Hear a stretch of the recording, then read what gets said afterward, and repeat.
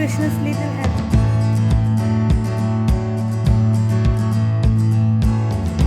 And if you like the video, please like, comment and share and don't forget to subscribe.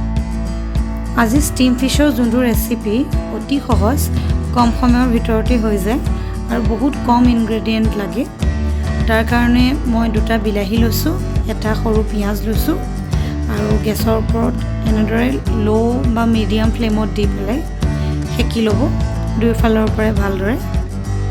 যাতে তাৰ কেঁচা কেঁচা ভাৱটো নাইকিয়া হৈ যায় মোৰ বিলাহীখিনি সেকা ভালদৰে সেকা হৈ গৈছে এতিয়া মই বিলাহীখিনি এটা বলত লৈ লৈছোঁ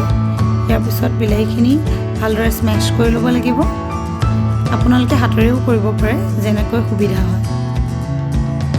নেক্সট আমাক লাগিব এটা বইল আলুটো মই আগতীয়াকৈ বইল কৰি স্মেছ কৰি ৰাখিছিলোঁ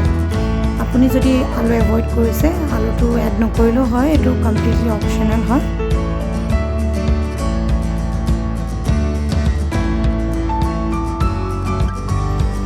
আলুখিনিৰ ওপৰত মই মাছৰ পিচকেইটা দি দিম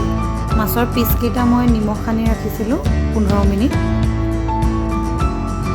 মাছটো বাহু মাছো ল'ব পাৰে ৰূপচন্দাও ল'ব পাৰে মই দুইটাৰে বনাইছোঁ সমানেই সোৱাদ হয় মাছখিনিৰ ওপৰত আমি আদা নহৰু বটাখিনি দি দিম আদা নহৰু বটাখিনি ধুনীয়াকৈ মাছটোৰ ওপৰত সমানে মিলি দিব লাগে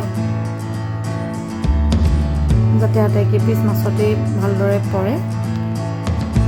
ইয়াৰ ওপৰত আমি যোনটো সেকি থোৱা বিলাহী স্মেছ কৰি থৈছিলোঁ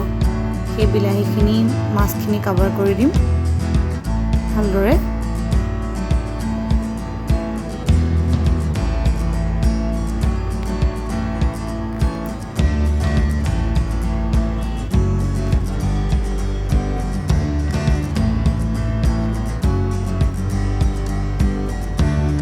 আৰু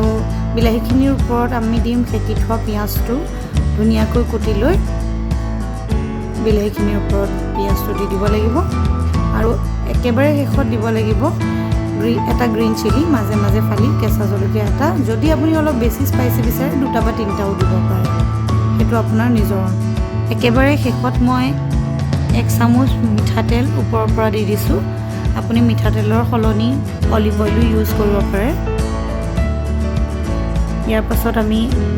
বাটিটো ৰাইচ কুকাৰত প্লেচ কৰিম ৰাইচ কুকাৰটোৰ তলতে মই পটটোত অলপমান পানী দি লৈছিলোঁ ইয়াৰ পাছত বাটিটো তাত প্লেচ কৰি ঢাকোনখন লগাই ছুইচ অন কৰিলে বাছ কাম সিমানেই কুক হোৱাৰ পিছত ই অট'মেটিকেলি বন্ধ হৈ যাব কুকাৰৰ ছুইচটো অফ হৈছে মই খুলি আপোনালোকক দেখাইছোঁ বহুত গৰম হৈ আছে ষ্টিম ফিছ মোৰ ৰেডি হৈ গৈছে আপোনালোকৰ যদি ৰাইচ কুকাৰ নাই তেতিয়া নৰ্মেল যোনটো ভাত বনোৱা প্ৰেছাৰ কুকাৰ তাতো আপোনালোকে বনাব পাৰে কোনো প্ৰব্লেম নাই একেই হ'ব একেই সোৱাদ হ'ব মাছ কেইপিচ চাওকচোন কি ধুনীয়াকৈ সিজিছে খাবলৈও সেই সিমানেই সোৱাদ হৈছে